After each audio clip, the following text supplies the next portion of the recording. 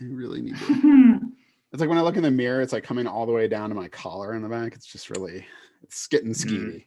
I'm getting like, maybe I'll just shave the sides and go mullet. Please do. That'll be, would look great, honestly. Would look wonderful. It's 2021. Like we can do what we want, right? So, all right. Why don't you hit that read? Well, live. Here we go. When injury takes you out of the game, it's time for your team to step up. At Allina Health Orthopedics, you'll get expert care backed by a whole health system of providers. With convenient locations, virtual options, and an app that gives you 24/7 access to your records, test results, and care team, you're always close to the care that you need. Schedule now at allinahealth.org/ortho. Good morning, afternoon, or evening, depending on when this finds you. Welcome to the Sound of the Loons podcast, presented by Allina Health Orthopedics. I'm Steve McPherson, and it's a pleasant day to be joined by my second favorite Englishman, Callum Williams. I'm not really sure who my first favorite was, but I didn't want to give you a big head. So David Bowie. I'm going to go with David Bowie right now. I could be second fiddle to David Bowie, no problem. It's not bad. It's St. Patrick's Day. Look at this. Are you ready? Now we're talking, my friend. Wow. Look at you. I pull it out like just for this holiday, basically. It's my Celtic jersey. So I'm wearing that. Are you, you seem as someone who is red-haired and British and a fan of beer. I would think that St. Patrick's Day would be your bailiwick. Is that the case? Yeah. So Paddy's Day, which is Paddy's Day, by the way, not Patty's Day. Right. Two D's because of Padre, which is Patrick for in Irish for those unaware. Yeah, St. Patrick's Day is a big one in my family, Steve, because one side of the family is absurdly Irish, hailing from Dublin and the northern part of the Republic. I spent a lot of time in Ireland as a kid. Well, not a lot, but a significant amount of time. More than me. I have spent zero time in Ireland, so you should go. You would love it. It's a beautiful place, Steve. Someday. It's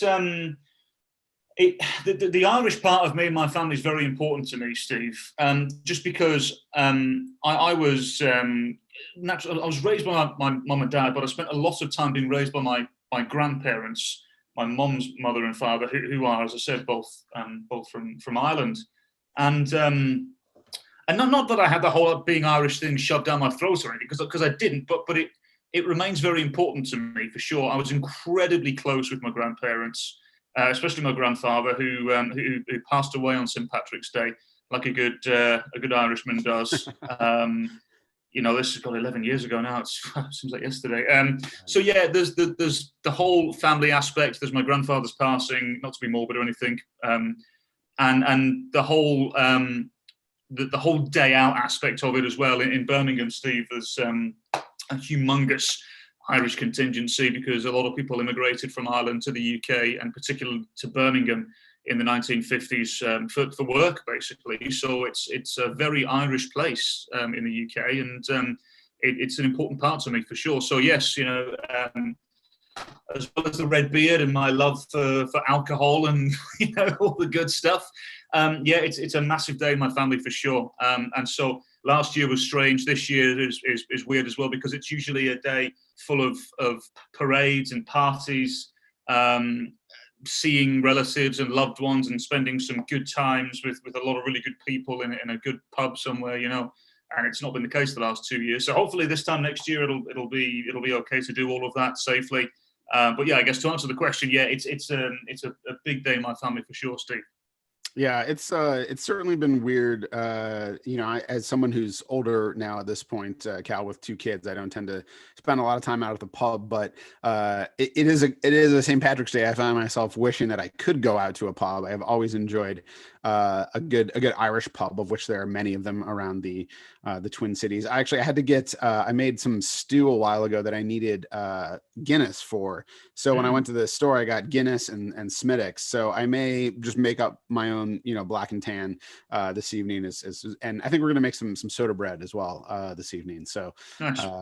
No corned beef because the kids won't eat that. But corned beef kind of feeds into like the way, Cal, that I have my memories of St. Patrick's Day are sort of it's like it's scattershot because it was never a real holiday where I was like, I'm going to do this every year. Like sometimes Thanksgiving is sort of like, oh, you're always at your in-laws or you're always at your parents for, like different holidays. This is like, I remember I played a show. I'm a guitarist, as anybody watching can see, I have guitars behind me. And I played a show in upstate New York when I was living in Connecticut. I drove up with the singer and other guitarists from my band.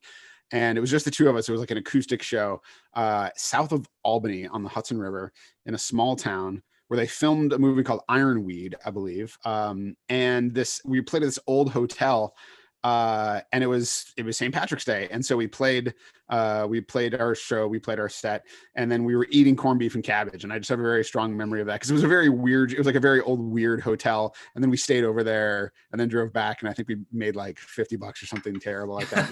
That's in your 20s is like. So yeah, my St. Patrick's Day is very sort of scattershot, but I really enjoy it. And like I said, Irish whiskey, give me some Redbreast, any of that stuff. I'll be quite happy with it. Yeah, absolutely. Happy St. Paddy's Day to everybody. And hopefully we can celebrate it properly next year. Yeah. All right. Big news, the return of fans.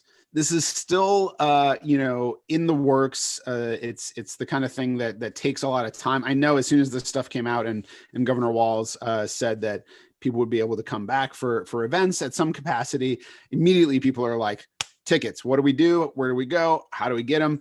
I am not here to tell you that I have details about any of that stuff. I just want to talk about the concept of it.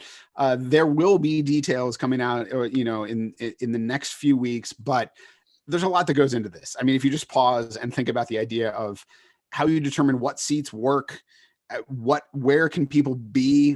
What are the protocols for all of this happening? There's a lot that goes into that before we can talk about it. But let's just talk about the fact that we're likely to be able to have some number of fans, a significant number of fans in the stands for the home opener. How excited are you for that? Yeah, I mean, I can't even really put it into words, Steve, which is a bit crap for a commentator, but it's I think this past year has really proven once again how important fans are to a football club. I've said this for years and for so long, Steve, but football really is nothing without fans. And this year we've really seen the prime example of that being the case, and they're the heartbeat of the football club, especially, not just saying it's just the Wonderwall, but they are a massive part of it, with the amount of songs that they sing. It's almost, I said this before, Steve, about the actual song, but I'll say it about the version that our fans sing. When our fans sing Wonderwall from the Wonderwall, it is almost becoming anthemic. And people now are starting to recognise Minnesota United simply because of one song. Who would have ever thought that a club would have been associated with an Oasis song? And straight away, as soon as it plays, I know that's where my mindset goes, and maybe that's because I'm associated with the club, I don't know. But I know of so many people back home in England who, whenever they play Wonderwall, they've said to me they think of Minnesota United. It's just become such a connection with the club, and it's all down to the fans and how they created it. I know the origination came from Carl Craig, and good luck to him, by the way, with Fort Madison this year. Yeah.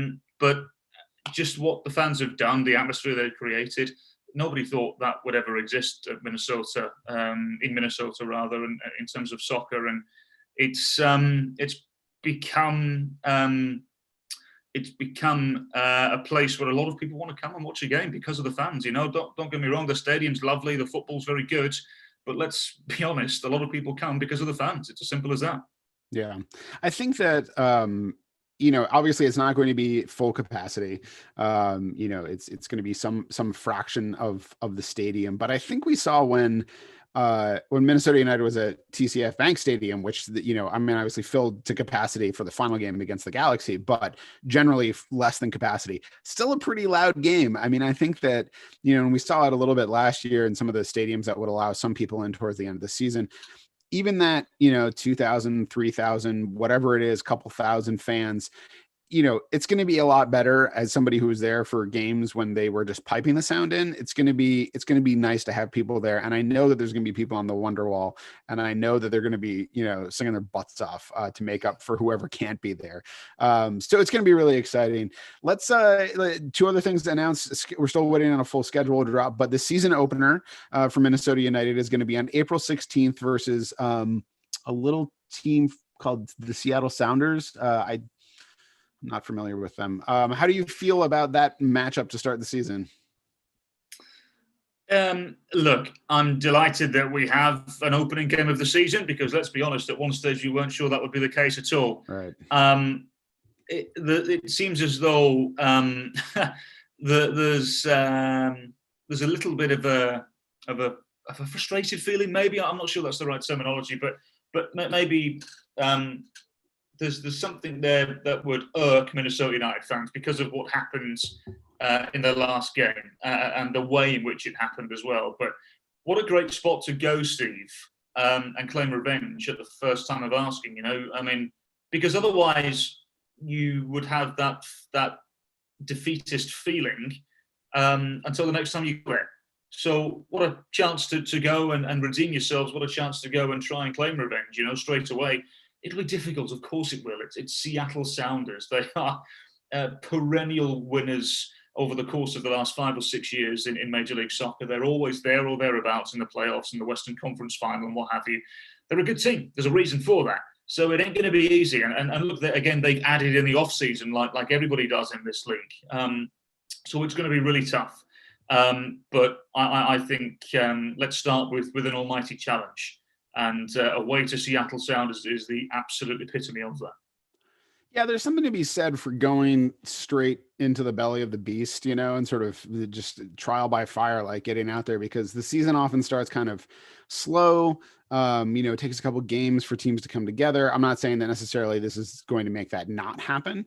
There's often the first games of the season are a little rough. We know that. We're going to get into this, but this off season's been a little slow with transactions. It seems like teams might be, holding back a little bit given the way that transfer windows have shifted, and that they might be looking towards making bigger changes down the road.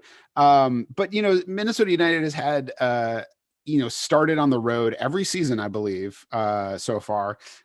Might have something to do with the climate. I don't know. They've decided to stay away from, early April games in Minnesota, but it started on the road. So sometimes there's kind of that feeling of like, that in the inaugural season at Allianz Field, I remember those first couple games, it was just sort of like, we're just waiting to open the building, like there was sort of a feeling of like, this is the event that's going to happen. And then, last season started really promisingly with 2 wins on the road, which was very exciting. And then the anticipation for a home opener that didn't happen. And then when it did happen, it was, months later with no fans and everything like that. So having a carrot in that first game to say, we're going back to Seattle and we're going to face the team that eliminated us from the playoffs, I think that's a good thing for the team. I think it's going to mean a lot to guys who know about that rivalry. Obviously, it's great for Ozzie Alonso coming back again now that he's been officially announced as coming back to the team, going back to his old stomping grounds. It's going to be fun. It's a great venue. They're a fun team to watch play. And I think, again, I would hesitate to let anybody draw too many conclusions out of the first game of the season, because it's always a little weird, but it's going to be a fun one, Cal, for sure. Following that, the home opener at Allianz Field on April 24th is against Real Salt Lake. Real Salt Lake have never taken a point in Minnesota, not even at TCF Bank Stadium, and certainly not at Allianz Field. So, I'm salivating at the prospect of getting RSL at home to start the season. How about you? Do you have any takes on RSL's off season, or are you even there yet for really thinking about that kind of stuff? Well, first of all, Steve, obviously RSL were the first team Minnesota United were able to beat in Major League Soccer. So there's always that nice little thought in the back of the mind whenever we play RSL. But I must admit, Steve, and maybe I'm being naive towards it, but as soon as I saw it, I thought I would expect a home victory. RSL weren't great last year. They were okay. They've not been as busy as I thought they would be in the market, particularly after they sold Corey Baird. I I thought they would try and replace him. Maybe they still are, and the deal hasn't gone through yet. We don't know, but you know, I know you've got an article coming out soon about difficulty doing deals, and which I'm sure we'll get to at some stage. But it's they've been a bit quieter than I thought they would be. Freddy Juarez, ex-Minnesota player, of course, has done well. But again, maybe I'm being naive here, Steve, but I don't feel majorly threatened at Allianz Field against Real Salt Lake. I expect a comfortable Minnesota United home win. But this game is over a month away, and things can change very quickly in this sport, and players can be bought and sold very quickly as well. So let me put a bow on it by saying this, Steve. With the current rosters that both teams have, if they are the teams that start at Allianz Field, I would back Minnesota United, no problem at all. Yeah, I would agree, Cal. I think that RSL, I remember this coming into the MLS's back tournament last year, because the group that Minnesota United were in was sort of the greater than the sum of their parts group, you know, and teams where it wasn't like, oh, this is your headliner, but it's like Minnesota United, Colorado Rapids, RSL, somebody else, I can't remember now, Timbers, right? They were in our group. So Timbers, not as much that case. But you know, where RSL had, somebody correct me, I'm probably blowing that group all out of the water. It was RSL and Colorado were definitely in our group. It was Kansas City. Kansas City. Thank you. That's right. Okay. Thank you. Again, Kansas City with Polito maybe shifting a little bit, but historically sort of one of those teams where it was like, it was the depth, it was the sort of the entire sense of what that team was. And RSL, it sort of always felt like they don't have that identity, at least as long as, I mean, obviously they've had times in their history where they've had an identity. Since 2017, it sort of felt like, you know, well, they had, Nick Raimondo, getting older, eventually retiring, Kyle Beckerman, these sort of identifiable players, but they were getting older. And then in terms of the young players, there wasn't like, this is the guy.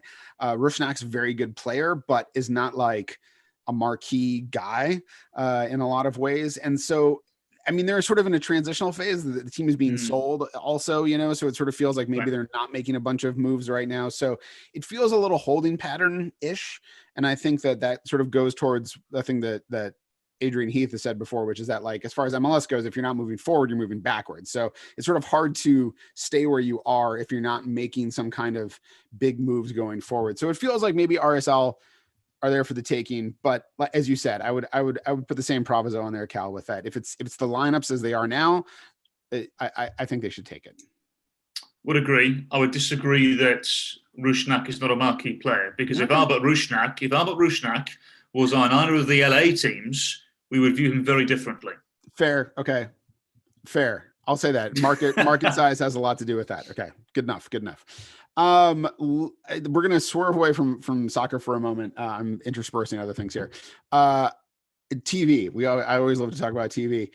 There's a show called Halt and Catch Fire. Have you heard of it or watched it? No, I haven't. Okay, good. This one flew under the radar a little bit. I don't even know what channel it was on when it was on TV, but it's basically a sort of character drama about the start of personal computers being a major thing. It spans from about 1983 to about 1993 over the course of 4 seasons.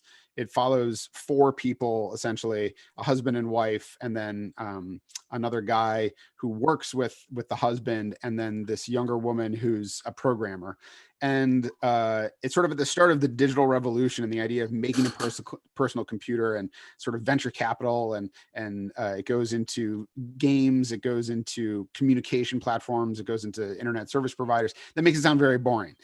It's that stuff eventually just sort of becomes window dressing to fall away from this great character show. And my wife and I are now into the 4th season, and it's so good. Like, the first season, it takes a little while to get going. It was pitched by the guys who created it as a way to get jobs as writers, like not necessarily to start a show, but then the show got picked up.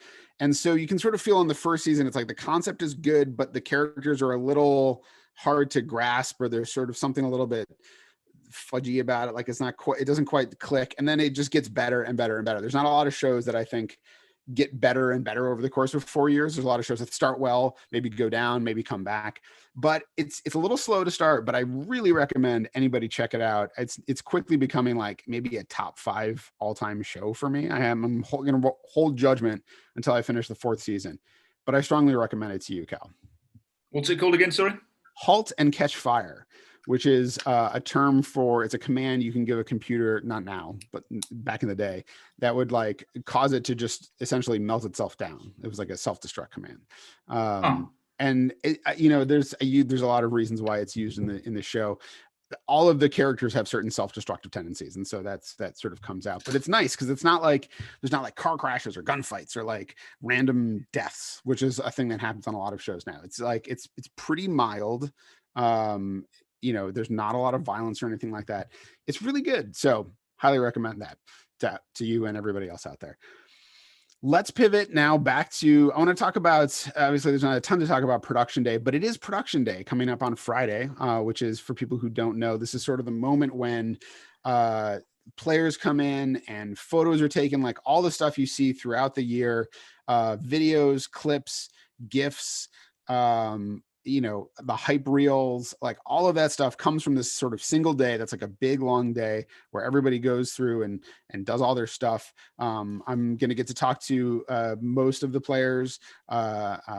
Andrea Correa, who's a new employee who maybe people are beginning to get to know if they're following us, who runs the Spanish language Twitter and has written a couple articles for the website. She's going to talk to Emmanuel Reynoso and a couple of the other guys who speak Spanish. We'll have some Spanish language content from it. I'm looking forward to it. I'm going to be out of my house for more than an hour. I'm going to be, I've been getting tested for COVID. I'm negative. I'm gonna be wearing a mask. There's going to be plexiglass. It's going to be crazy. It's not going to be like it's been, but I'm looking forward to the prospect of it because it's sort of the moment when the season starts to become real to me, as you sort of begin to get a sense of the group of guys overall. Cal, I don't know what your role is going to be, if you're going to have anything that you get to do on production day. But what are your feelings about production day and this sort of moment when the season tips into actually starting? Yeah, there's a few things that happen on a yearly basis where you kind of think to yourself, right, the season's here now, it's upon us, and production day is certainly one of those days. I have no idea, Steve. Usually myself and Kendra have to take a couple of pictures for the website and for press and what have you. But I have no idea. I do know that on Friday, like today, we're recording this on Wednesday, March 17th. We were able to go up to training for the first time today. Oh, nice. Socially distant, but it was wonderful to see a lot of the newer players. And so we're going to be doing that on Friday, where I believe the team is planning on playing a scrimmage against a local college of some sort. I don't have any details at the moment, but again, that'll be good to watch some live in the flesh football, and I'm looking forward to it. So I don't know what my role on production day will be, because I think a lot of it will be spent at the training centre watching the scrimmage and really starting to get ready, Steve, because whilst we have restrictions for what we can do for pre-season, for myself as a commentator, it's good to start sort of making the first couple of notes here and there, and really starting to dive into it, especially with the new players as well. But no, it was good. It was good to see the big old bubble as well, the new bubble that's been installed at the NSC, big old spacious thing, and certainly keeps the cold out, which is good. And it was good to, as I say, speak briefly to one or two of the new players, chat to the technical director, Mark Watson, have a brief conversation with Adrian Heath and Ian Fuller, the assistant manager. So today was the first real moment for me, Steve, where I kind of thought to myself, okay, season's here now, because we've had to do so many things at arm's length because of COVID for so long, and quite rightly so as well. But sometimes it's difficult to feel a part of things, so being able to go and do that today, and very much looking forward to doing the same on Friday. It's been really good. So I'm looking forward to it now, Steve. I believe the players leave for Florida next week at some stage. And what I saw today, and I'm sure we'll see it on Friday, was a group of players that were fit, that were able, and a group of players that I think have probably done enough now in terms of the fitness aspect of it. They all looked quite sharp. Mm-hmm. Now I think what they need is some preseason games to really put themselves on the next step. So the players look good, the team look organised. There's lots to work on still. We've got a month until the season starts, a month or thereabouts. I think the team now, this group is ready for some preseason games, and we're obviously going to have those upon us over the next couple of weeks. Yeah, preseason getting underway in Orlando. The games will not be available for streaming or watching in any way. So don't even ask us. For there's no one is there.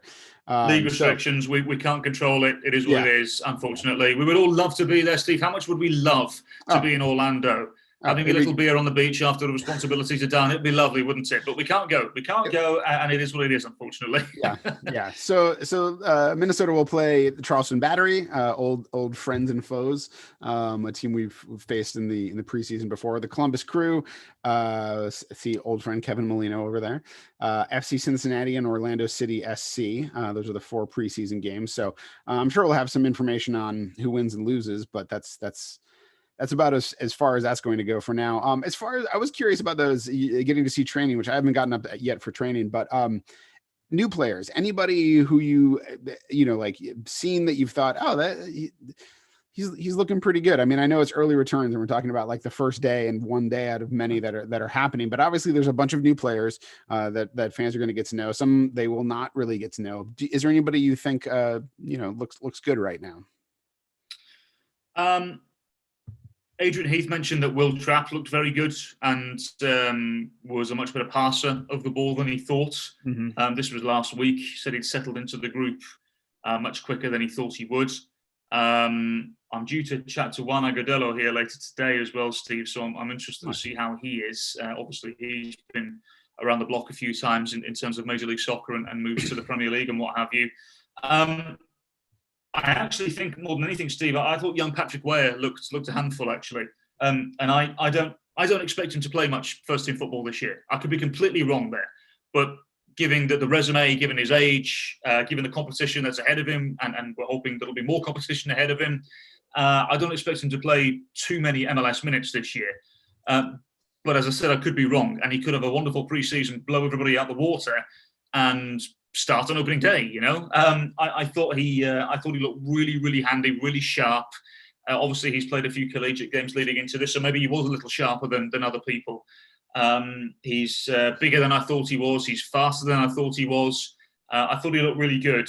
And look, as I said, there's plenty of time for that talent to continue to develop. But I was impressed with him.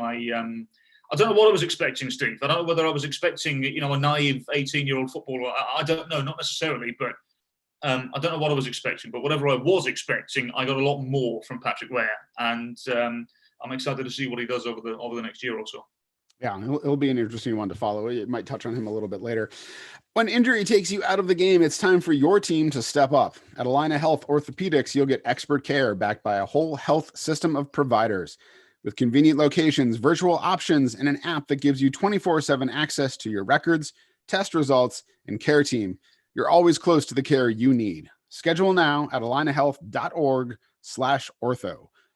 Let's take a little trip around the league. Again, the signings are coming slim, which is actually what we're going to talk about. Lucho Acosta has now signed with FC Cincinnati as a DP, joining Brenner from Brazil, who came as a DP as well. And it also makes Cincy the only non-expansion side. Austin FC also signed a DP, but obviously you would expect a new team would have to get some guys. Cincy, the only non-expansion side to sign a new DP in this offseason. Is this, what's your assessment? Is this really a case of sort of a bunch of circumstances coming together between the pandemic slowing down the market, between the season getting delayed a little bit, between this transfer window getting shifted, between just the fact that the summer window actually often has more impactful signings generally because of where it falls on the international footballing calendar? What do you think is behind that? Combination of everything, to be honest, Steve, but mainly for FC Cincinnati. It's about time, really, for them, isn't it? I know they invested last year with Jurgen Locadia, which didn't quite work, and I'm interested to see how he does this year. But I think Cincinnati they've been scouting for a long time. They've been looking at the type of player they've wanted for a long, long time. and it's taken them a long time to get them. They obviously went through South America a lot over the course of the last year to have a look at players, and they've identified those players and gotten them. But look, I mean, in terms of other teams in this league bringing in designated players, look, there's no doubt that the virus has caused problems. The shifting of the transfer window has perhaps forced a lot of teams in this league to think maybe we just leave it a little bit and we can perhaps have something that's much more attractive available to us in the summer transfer window, as you mentioned, Steve. So usually, as you mentioned before, there's a lot of teams that tend to add the bigger names in the summer window because their contracts are up or their contracts winding down or what have you, and they tend to be a little cheaper and you don't have to pay a transfer fee for them. But the mentality of Major League Soccer is changing a little bit now in the terms of, because there's more money in this league, teams are happy to go and spend a boatload of money on a transfer fee and then the wages. I think it's a combination of just about everything that you mentioned, Steve, to be honest, but there's no doubt that the shifting of the window has perhaps halted a lot of technical directors, and it's perhaps put them into this thinking that, okay, this window, there's some good players available. But actually, if we wait, season starting in April, if we wait the 5 or 6 weeks until the summer window is truly open worldwide, we can go and get some people. And the reason for that is because once the summer window opens across Europe, well, that means the European teams can then go and find their targets. The reason why it's so difficult for teams to in MLS to get European talent right now is because the window is closed in Europe and they don't want to part way with those players because they can't replace them. So I think over the course of the next couple of months, we'll see some movement for sure. We'll see some movement. We'll see a lot of movement, I think, from South America to North America. Those two continents tend to operate quite well in terms of the transfer market together. But I think from a European perspective, I think we might have to wait until that window opens, and that'll be early June. So we'll wait and see. But essentially everything you said is correct there, Steve. And whilst I think there will be an additional 2, maybe 3 for Minnesota over the course of the next couple of weeks before the season starts, I think they've thought to themselves, okay, we're going to wait and we're going to play the couple of weeks of the season before the summer window opens, and then we're going to pounce elsewhere. And without saying any names, everybody knows there's a centre forward that Minnesota United are interested in. That would be what I would expect to happen, is them to get a centre forward of some calibre in this summer window. But bear in mind, because of the way the season is starting this year in April, they would only miss the first 5 or 6 weeks. That's my opinion. I don't know if that's fact, but that wouldn't surprise me at all. Yeah, Cal, I think that I think the particular combination of the summer window and moving the season and how those are going to dovetail seems to be playing a big part for any team that's thinking about this strategically, as opposed to simply, difficulties in terms of getting deals done. I mean, the thing of you talking about with European teams where they can't replace players if they go out, that I think that's one of those complications. But if you look at this season, they're going to try to play, I believe we're planning to play 34 games, right? So a full season at this point. Generally, the transfer window comes closer to the halfway point of the season when the season is scheduled the normal way. And so then it's a little different because it's like there's sort of this thing in MLS that sort of feels like the first third of the season is teams figuring themselves out. This transfer window will come right about at that point. Like it'll come after only eight-ish games, it seems like. I think it's going to depend on the team, 7, 8, 9 games, something like that. You get this sort of run up to see like what you've got, and then you can assess your needs a little better. And you're just saying to yourself, like, whoever I bring in, I can bring in a more impactful player and have more of the season for them to impact the way that things are set up right now. So just tactically, it seems like maybe this is the direction that teams are thinking. So yeah, I hope that I'm sure there'll be more Minnesota United signing news before the season's here, but I don't know if it's going to be the headline grabbing news yet. So grabbing headlines though from Minnesota United, there's been a couple of top 5s recently over at the MLSsoccer.com. And includes Patrick Weir on the list of top 5 homegrowns to watch this season, which we sort of alluded to earlier. Again, I'm with you. I don't know that we're going to see a ton of him, but it would be great if he is surprising and fantastic. A really good call, Jan Gregush landing on the top 5 midfielders, sort of with a specific call out to the fact that he's probably a little overlooked overall because, he's not his presence is more an accumulation of things than it is like this is his signature skill. I think it's hard to underestimate the extent to which Jan Gregush is important to this team, going forward now that he's sort of developed a comfortability being in the middle of the field like that. Maybe you could just speak a little bit to your sense of Jan Gregush and how he's evolved sort of and grown into his role with Minnesota United over the last couple seasons.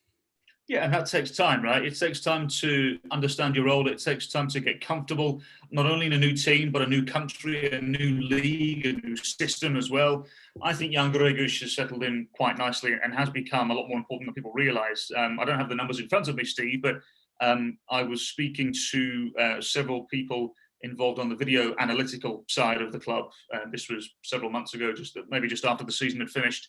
And Jan Gregush's numbers in terms of passing and the accuracy of the passing were some of the best in Major League Soccer. So it shows that he's important. And it's not just these little passes that he's playing over 3 or 4 yards as well. These are long, direct passes, and they've been very accurate, So it helps in terms of a transition, which Minnesota did turn into a transitional team when the arrival of Reynoso came upon us. That was clear for everybody to see. The Loons prior to that were very, very direct and tried to get the ball out wide as quickly as they could and then get it into a big centre forward, which was good and it worked for Minnesota for several years. Was it the prettiest? Was it the most effective? At times, probably not. But with the players that Minnesota had, it was okay and it worked, and it got them into the playoffs in 2019. But as soon as Reynoso came in, they transitioned a lot more through the centre of the midfield, simply because the ball was at the feet of him a lot more. A lot of the time, and the numbers suggest this and the data suggests this, a lot of the ball came from the feet of Jan Gregush, because we noticed so many times Minnesota liked to play from the back. The first pass would go into usually Ozzy Alonso or Hassani Dotson, whoever was playing. Secondary pass then more often than not would go into Jan Gregush and his feet. The third pass then would more often than not go into the feet of Emmanuel Reynoso, and then such and such and such. And there's a reason why Reynoso finished with 13 assists or something ridiculous, the short time that he's had in MLS. Right. I wonder now what will happen with Jan Gregush in terms of his role this year. A lot of it depends, Steve, on the formation that Minnesota United play. And I'm talking about a generic sense here, not just from game to game, because sometimes your role has to change from a game-to-game situation. If you're away at the Champions, if you're away at Columbus, your game is probably going to change a little bit as opposed to when you're home to Real Salt Lake, Like, for example, It wouldn't surprise me at all if there were 2 very different games from Minnesota, away to the Sounders, home to RSL. So I wonder now, as I say, it depends what system Adrian opts to go for throughout the season. What's going to be the more generic formation for them? Because if it's a 4-3-3, Jan Gregush will have plenty of the ball at his feet. But if it does remain a 4-2-3-1, which I expect it to be if they get a couple of the pieces in that they're targeting, I wonder how much of the ball Gregush will continue to have. I would argue probably even more, considering now, Steve, I would assume that Will Trapp would be the starting centre midfielder alongside him. And I said that with all due respect to Ozzy Alonso, but Ozzy, being the age he is, 35, 36, there has to come a time where he has to realise, no matter how much he wants to play, that he's not going to play 34 games a season just in the regular season. There's also cup competitions and playoffs and Leagues Cup now we're told are involved in, So there's so much football to play. And I wonder, I personally think the starting duo in the centre of midfield will be Will Trapp and Jan Gregush. And I wonder if that means the ball will be at the feet a little more of Jan Gregush. I don't know. I'm not entirely sure. But I wouldn't expect much to change, Steve, if they remain with this 4-2-3-1 because of the transition and because of the way that they operate through Reynoso. As I said, I know for a fact there are plans on bringing other players in to complement Reynoso. everything is going through Reynoso again for this team. But there's so much of it that has to go through Jan Gregush first. So I'm intrigued, Steve. I'm right now. I'm none the wiser because I've only seen one training session, right. But we can only speculate at the moment. But knowing Adrian like I do, I'd be surprised if there was any major change from a formational point of view across the entirety of the season. And that would mean, again, that Jan Gregush's role, I don't think would change too much. I think maybe he would be asked a little more to be more of a box-to-box. Maybe he would be asked to be a little higher up the field, because that was one thing I always expected a little more from him, and that was goal scoring. And he never came to Minnesota as a major goal-scoring midfielder. That's not his game. But when you're playing the 8 role, and when you've got the protection of an Ozzy Alonso last year, more than likely a Will Trapp this year, I wonder if he will be able to push forward a little more this year. We'll wait and see. But I'm intrigued, Steve, to see what happens. But no doubt everything goes through Reynoso. But again, the data suggests this more often than not. They have to go through Gregush or Trapp/Alonso first to get it into Reynoso. So again, I don't see much changing for Jan Gregush across the entirety of the season. Yeah, I would say that, Adrian Heath is, he doesn't strike me. He's not really a tinkerer, like Cal. It's like he wants to do what works.